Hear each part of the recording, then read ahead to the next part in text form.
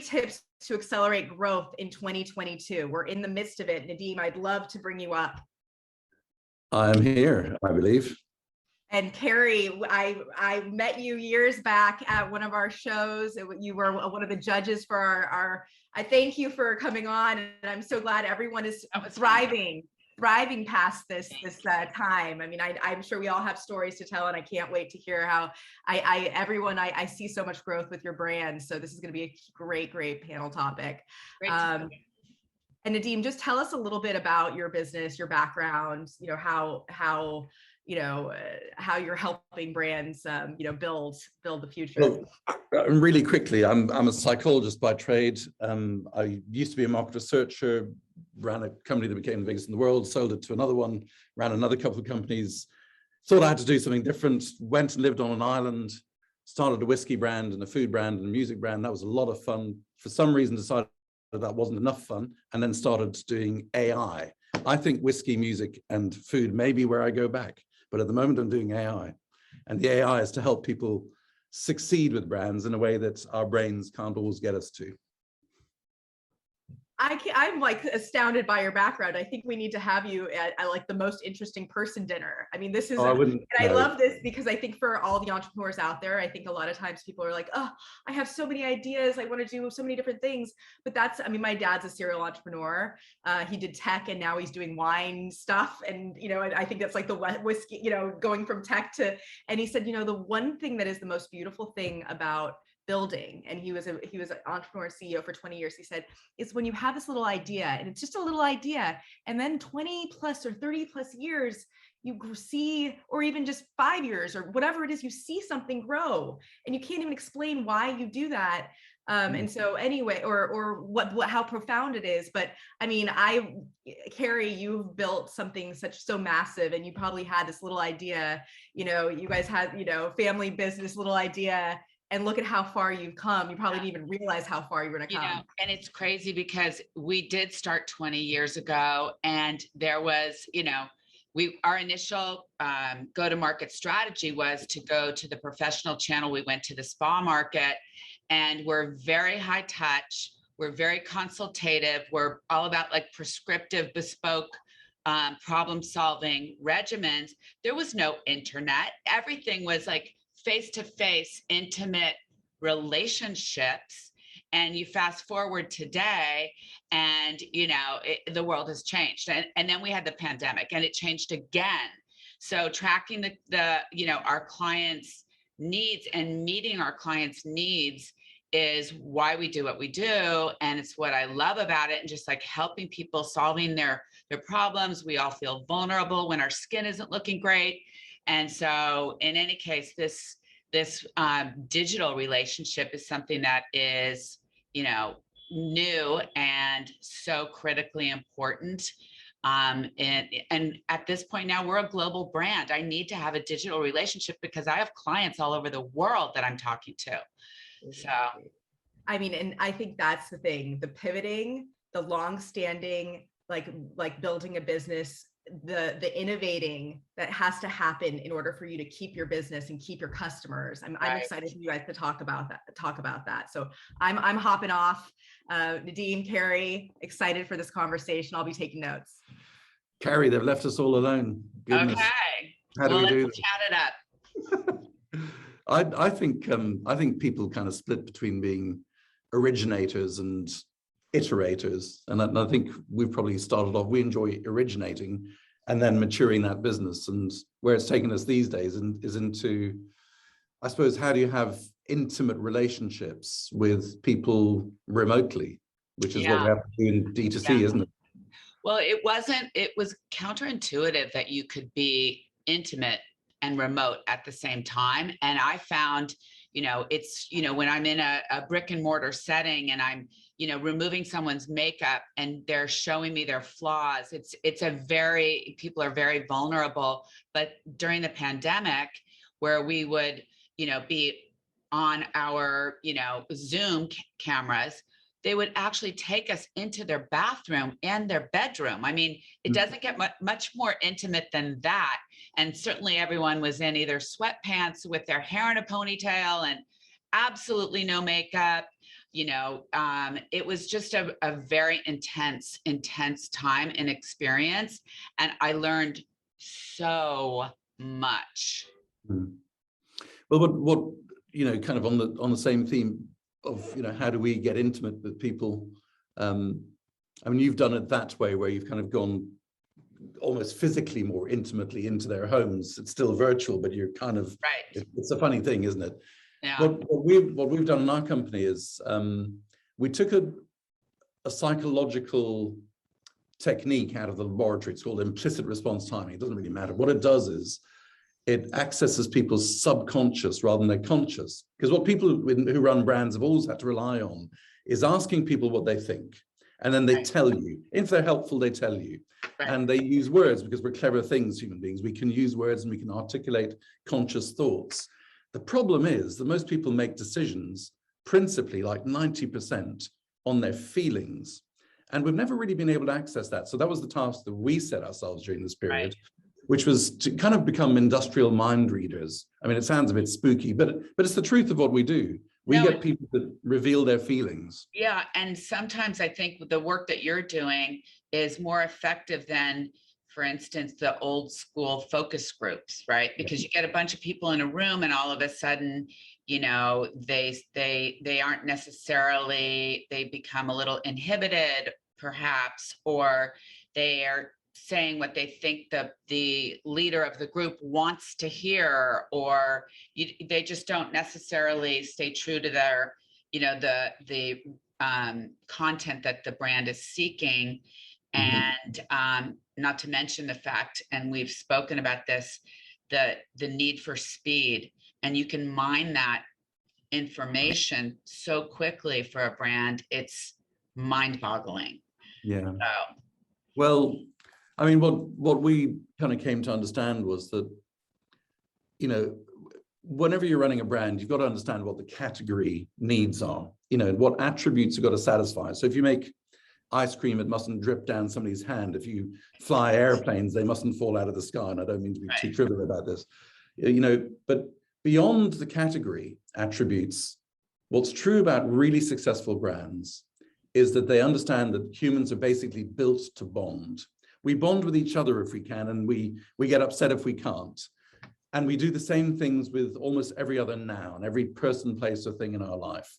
So if you see a brand as something which people can bond with, you've got to figure out what kind of relationship you're running with them. So, as a person running a brand, you can get really fixated on what are the category attributes I want to satisfy.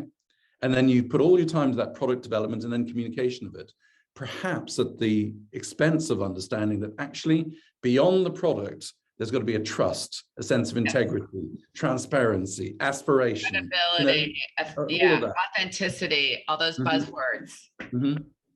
So that's what I'm kind of fascinated by, that the most successful brands, even if they are functionally at parity with others, have got this tremendous relationship power. And that's what makes the difference.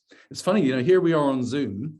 2 years ago, Blue Jeans was ahead of Zoom and Teams was way behind. Blue Jeans is a distant third now.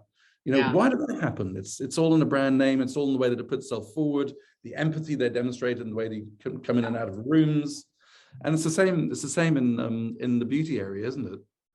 I think so. And I mean, for us, relationships and really staying true to who you are is, and which builds loyalty, I think. And, that transparency builds loyalty. So that's always been so important to us. And we, having Dennis, who is a doctor, and, he's basically, creating that one-on-one relationship, like in the Zoom setting or whatever, in his practice.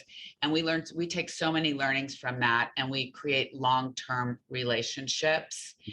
And as a brand, that informs how our team work with their partners and how our teams, work with our clients. So in any case, adding this very modern AI component has given us the opportunity to move more quickly and pivot as the consumer is moving as fast herself. I mean, doing research online, they've become experts at understanding the science behind skincare, and they know what they're looking for, and they know what an active ingredient means. You know, this wasn't the case, you know, even 5 years ago. So it's just, everything is accelerating, and we as a brand need the confidence to move more quickly with in so many ways, like bringing a product to market. We don't have time, you know, that speed is essential. And, you know, even our messaging and our email content and our IG and our TikTok like everything that we're doing, the deadlines are accelerated. Like, we live in a deadline world. And so working with your team has allowed us to move forward more quickly with more confidence. Yeah. So I think the session that you and I are kind of conversing through is tips, you know, for producing better success in 2022. If the first one for me really is that if you're in a D2C relationship with your consumers, it's absolutely right to nail all the category attributes and get all of the product and distribution things absolutely right. But don't do it at the sacrifice of understanding that ultimately a brand is built to bond, and you've got to figure out what that relationship's all about. You know, get into the science of that, understand the psychological impact of brands, not just the kind of physical and consumerist ones. Well, I love the what you say about brand memorability being almost more important than brand awareness. And so, you know, every moment that we touch our consumers, you want to leave that lasting, you know, impression on them. And how do you do that? You need to bond with them. So I think that, you know, during the pandemic, again, like, you know, people were so vulnerable. They came to us for reassurance, and giving them reassurance and talking to them about, you know, things more than just their, you know, purchase for a skincare product, like giving them knowledge, giving them something additional along with their product, so that they have a better understanding of, like, why are my pores, you know, so large? Why can't I shrink my pores? Like, and so, you know, we teach, and that is sort of one of our superpowers. And, you know, for the longest time, you know, the initial first 10, 15 years of running this company, I just would like have a gut, like I have a relationship. I know my customer, I know her, I know them intimately. And so I would use my gut. But today, as a global brand and with the need for speed, you need to have data. And so just getting that confirmation that either, yes, you're on the right track, this is what they're looking for, allows you to move forward with confidence and be focused on, you know, the creative process. So, well, you mentioned AI a couple of times, and I suppose that's a cue for me to talk a bit about AI, since it's an AI company that I run, a brand marketing company through AI. It's funny that you just use the word confidence, because our value proposition is grow with certainty, and what we've understood AI can do is to bring a certainty of positive outcomes from the actions that you take, marketing investments, basically, whether it's kind of human resource investments or capital ones. You know, we all decide whether we're going to do something. We're all slightly anxious about whether we've chosen the right thing, and then, you know, it's a bit hit and miss, isn't it? Or it traditionally has been. So what we do, I've seen a couple of questions saying, how does AI make things faster? It can make things faster, it does make things faster, but I think the principal benefit is that it makes things more certain. So, you know, what we've discovered, if I go back to that kind of built to bond notion, is that there are essentially, and I know this still sounds like hocus pocus, but there are 16 principal things that drive our relationships, and they vary from a sense of aspiration or empathy to slightly more prosaic things like availability and a sense of value for money. So it's kind of rational to emotional and big to small. If you take all of those things and say, the brands which succeed best are the ones which understand what needs to be done in a particular category, and they deliver against those needs well. And then over and beyond that, they are built to bond properly because they've understood how to nail relationships. Then what you can do is identify for a brand marketer that, let's say, 2 or 3 of these drivers of relationships are the ones their brand ought to focus on. And then they say, well, how do I do that? And the funny thing is that what AI has helped us to do is to map the things that you're trying to improve about your brand are best done through communications or packaging or merchandising or a change in distribution, or, you know, it's one of these really kind of practical levers of marketing that we pull. And the combination of those things, the things you ought to focus on in a brand and the levers of marketing that you can pull, add up to about 2 billion choices that a brand marketer can take. I mean, some of us are really bright, but not many of us are bright enough to do 2 billion combinations of a brand a year. So the AI kind of narrows all that down and says, honestly, it's these 3 things. By pulling those 2 levers in that direction, that's your prescription for this month. And we generate an AI action plan that helps people to have that certainty of positive outcomes from their marketing investments. That's the way that I think AI helps brand marketing. Yes, and you also tell brands, these are the things that you're good at. These are the things that are really resonating, and these are the things you need to improve upon. And so that helps the teams be, you know, more focused and move forward with confidence. And, you know, I think there's a statistic out there that there's a brand launched, a new brand comes to market every single day. In the past 3 years, I think there's been 1,000 new beauty brands launched. And so, you know, I mean, I feel bad for the consumer. That is like an overwhelming amount of content being thrown at you. So how do you become memorable? How do you break through that noise and really give the consumer what they're looking for and let her know who your brand really is and what it's, you know, what your promise is? And so, you know, it's just, it's an overwhelming task, and you have a team, you're working in a corporate office, you know, everybody's got an opinion. And so, you know, with our experience with Proquo, you know, I might say, well, you know, I just don't love this kit. I don't love the visuals and the messaging. And somebody else might say, well, I do. I think it's spot on. And I'm like, let's go to Proquo and see what the consumer thinks. And you get your data back in like 24 hours. It's astounding. You know, I was going to talk to you a little bit. I was going to tell them about like when the pandemic hit, I was, you know, in lockdown, flipping out and realizing that my visual imagery on my website needed to change, and that, you know, the messaging that she wanted to hear was completely different. And, you know, people aren't wearing makeup and jewelry right now. They're just sitting at home in their sweats. So, you know, what do they really want to hear from us, and what do they need? And so I decided that I wanted to work with my creative agency, and we decided we needed to do market research.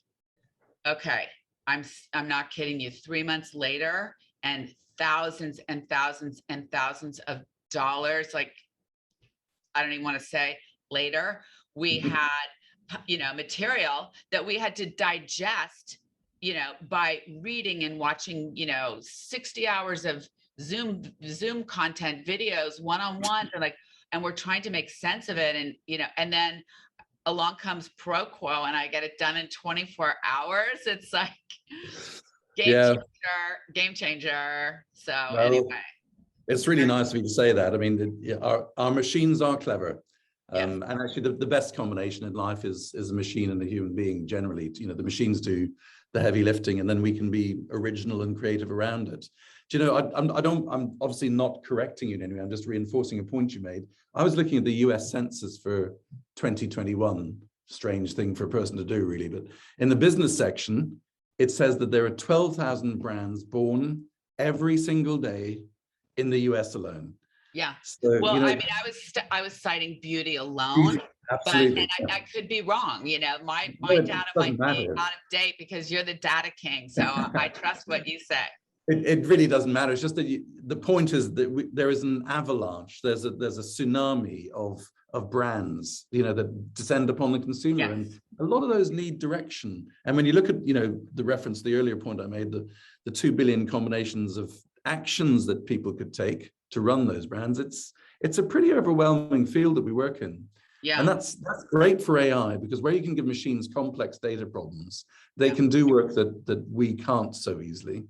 And at the end of the day, where we end up is saying, by improving the relationships over and above the category attribute deliveries that you do, you will succeed. And actually what AI can do is make that whole process, A, more efficient because you need fewer resources because you're not wasting, and B, they're more effective because they're just much more insightful as to what people genuinely need in the relationship with a brand. And that's our proposition ultimately, that it's effective and efficient. And we're communicating with people around the world too. So it's like, well, you're in the UK.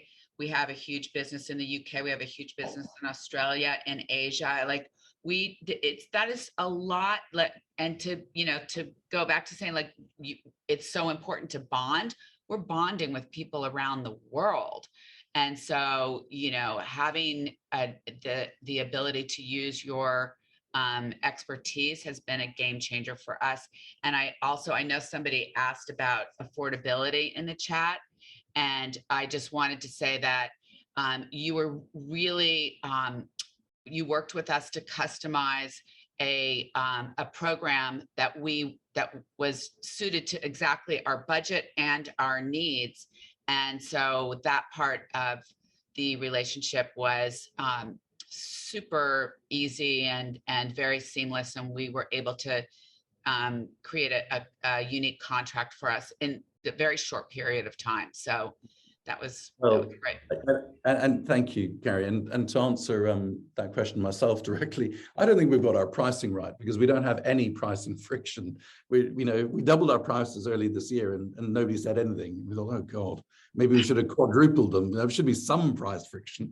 But I mean, our business model is deliberately to do a volume service through machines. And in a sense, we've taken decades of marketing wisdom and condense them into lines of code which improve all the time. So it is a disruptive business model. I didn't mean to say anything negative about traditional market research, because I still will probably do some of that, but like day in, day out, this is the most practical agency decision that we've made in quite some time. So it's just been a delightful experience. Well, thank you. Are there any other questions that are popping up along the way? Let's have a look.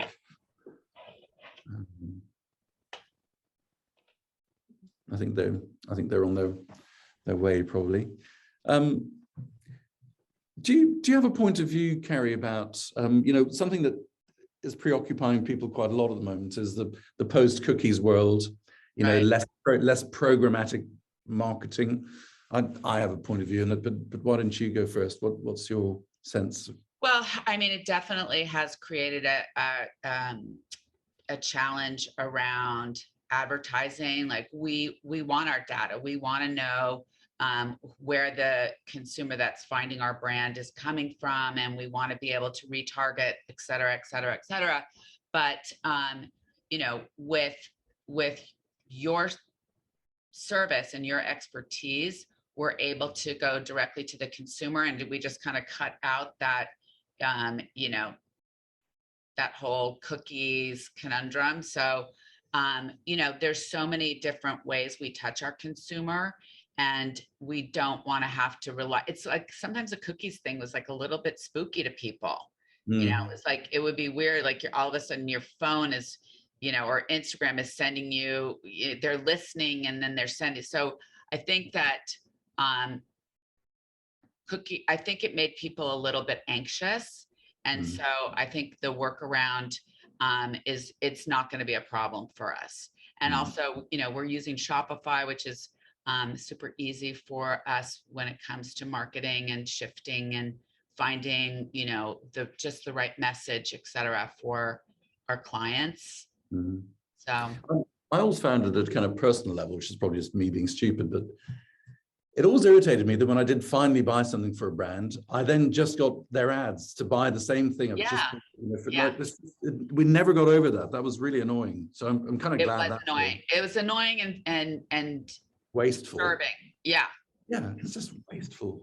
So I mean, the difference for me is that we kind of did this, I mean, I call it carpet bombing, which I don't think is a term that goes the whole way around the world, but it's like when you don't do precision stuff, you just drop a load of stuff, and then if it lights up anywhere, you drop some more on it. That's right. The way the cookies world felt to me. And I think we're becoming much more focused and finding ways that, you know, AI is one of those ways. There are many other ways of actually just understanding more intimately what people need and then serving it to them in that way. So yeah, it's much more personal. And that's what everybody is looking for. They don't want this one size fits all like message. They want it. And as a brand, like I want to always create the message that's specific and bespoke to the consumer and give her what she's looking for, whether it's a skincare regimen or a skincare tip or whatever the case may be. And so that's, you know, that's where we're headed. And that's, you know, everything that we do and create, whether it's online or even in brick and mortar or spa settings. So yeah, there's a question that would be fun for you to kick us off with, Carrie. As founders of major brands, what is your biggest piece of advice you can give a brand that's just starting out? Wow. Okay. So, you know, I think that, you know, we all talk about white space, like what is your unique selling proposition? And I think that is the most important piece of advice that I can give. You need to identify that and then stay true to it. I think the consumer is so smart today. And, you know, like from my perspective, we don't chase trends. We can live in a beautiful, trendy environment, like the coolest stores and the best, you know, wellness resorts, but we always stay true to who we are. And when I create something, I want it to be very, very authentic to who we are. And the consumer can automatically know, oh, that's Dr. Dennis Gross. That's who, you know, so just knowing your brand DNA and living and breathing it with everything that you do, everything you create, and everything that you say to the consumer. Yeah. And my answer to that question, thank you, whoever posed it, is that I've started a few different brands over the years, and what I've kind of finally learned, partly about myself and partly about brand marketing, is that there is a difference between creating a brand and then marketing that brand. And when you market a brand, there's some quite sexy stuff that you can do, which is often the communications and packaging parts of it. And then there's some very uncelebrated stuff, which actually is what really powers brand, like you're getting your distribution right. You know, I have serially underestimated the importance of distribution because it just doesn't feel like a really cool thing to spend your day doing.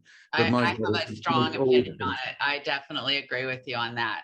That's real, you know, honestly, like I just met with the most interesting hotelier in from Norway, and they create these incredible properties. And I'd rather work with one phenomenal property than being 10 mediocre properties. So, you know, I like to create a relationship with my partners, my distribution partners, the same way that I do with my consumer.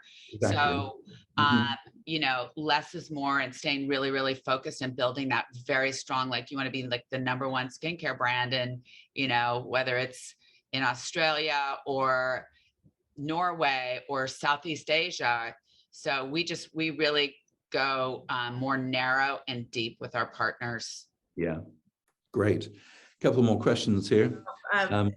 We're out of time. Okay. I want to, but what I want to do, I mean, I can't wait till we are seeing each other in person and we actually have like a longer workshop, because the amount of questions that we're getting is again, this just goes to what you guys have built. And the fact that you know, you really, I mean, are really both partnering in such a beautiful way. This is how businesses are supposed to partner. The conversation, you can tell it's like two business leaders in different places, but with mutual respect. So thank you guys. Well, I think it was really fun meeting Nadeem. I know he loves what he does. You can just feel it. And I think that, and as do I. And I think there's a great saying about clients don't buy what you do, they buy why you do it.